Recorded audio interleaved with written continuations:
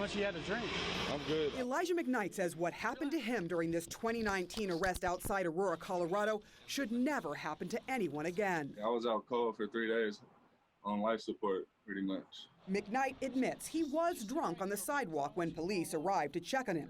He tells police there are warrants out for his arrest. All is calm until an officer attempts to cuff him. He resists and is cuffed and tased. Oh! But he says what happened when paramedics showed up nearly killed him. They were acting like I was just the Incredible Hulk and that I was tossing them around. You're a little too hyped up right now. You gotta relax, you guys. A little bit more. I am being quiet. You are. I appreciate it, man. Paramedics initially determined he doesn't need to be hospitalized. He doesn't need to go to the hospital. Let me understand, man. Let me know. It's up to you guys. But then a police officer asks this.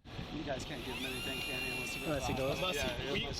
We can give him ketamine and he'll be sleeping like a baby, but we'll have to take him to the hospital. Don't inject anything in the mother end.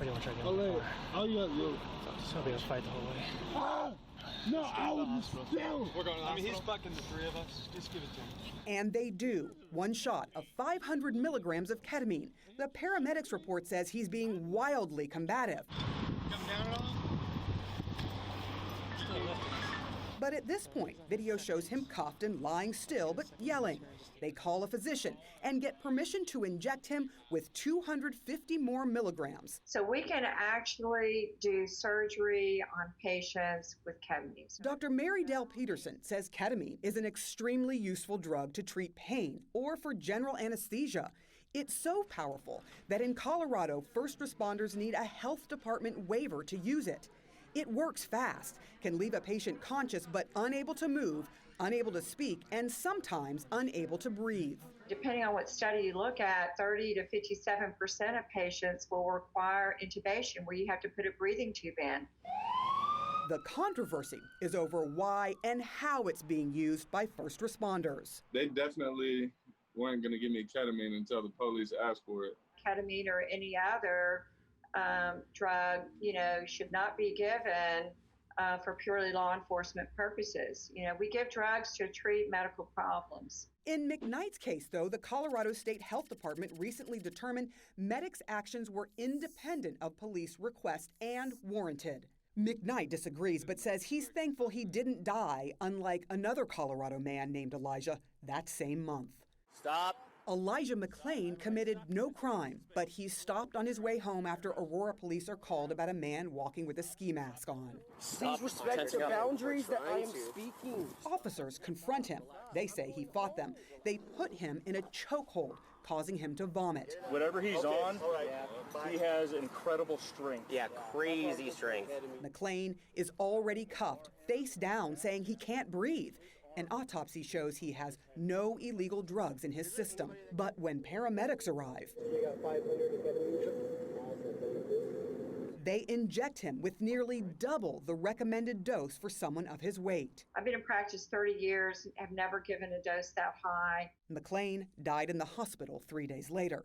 The coroner report said McLean died of undetermined causes, but said intense physical exertion, a narrow coronary artery, and a negative drug reaction to ketamine could have contributed to his death. His family has filed a civil lawsuit against Aurora police and the city. This is an incredible tragedy. This is an example of an innocent young man who is tortured and who is murdered by a combination of both law enforcement and so-called first responders. But the district attorney determined no charges were warranted in the case.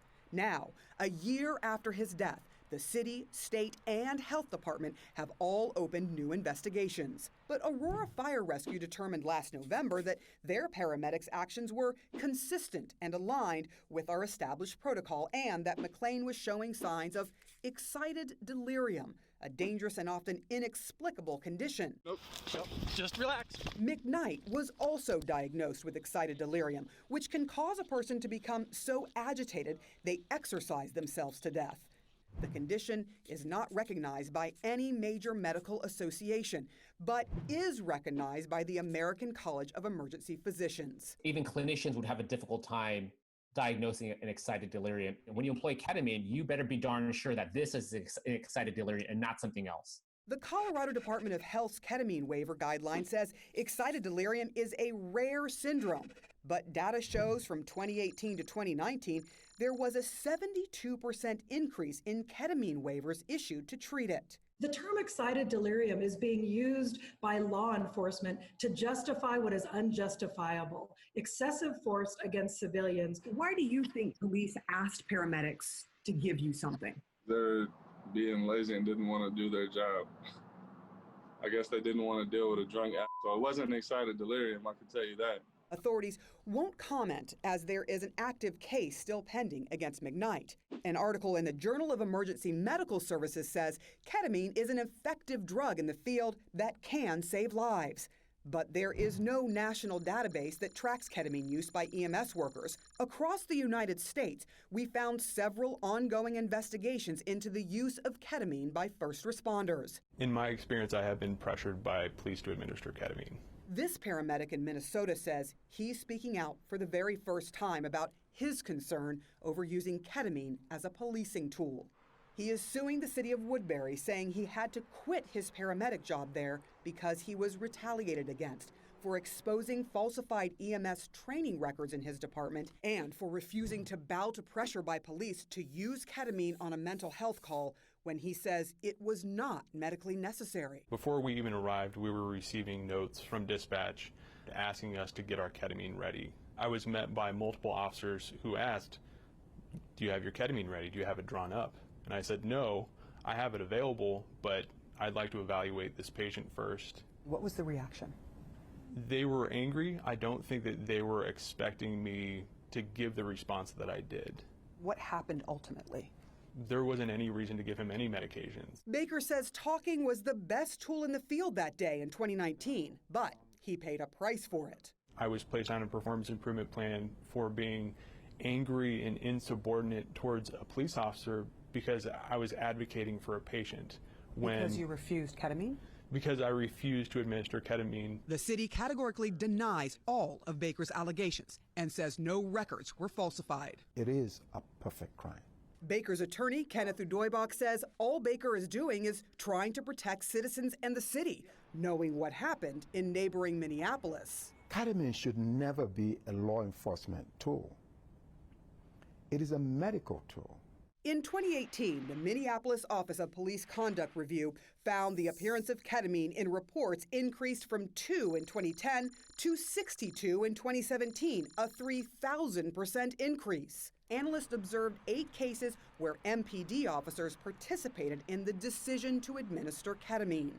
We can't simply substitute injecting people involuntarily with a dangerous psychotropic drug instead of talking. It's not constitutional. The McLean family and McKnight believe that is exactly what happened in their cases. Yeah, it definitely wasn't to keep me or them safe because it almost killed me.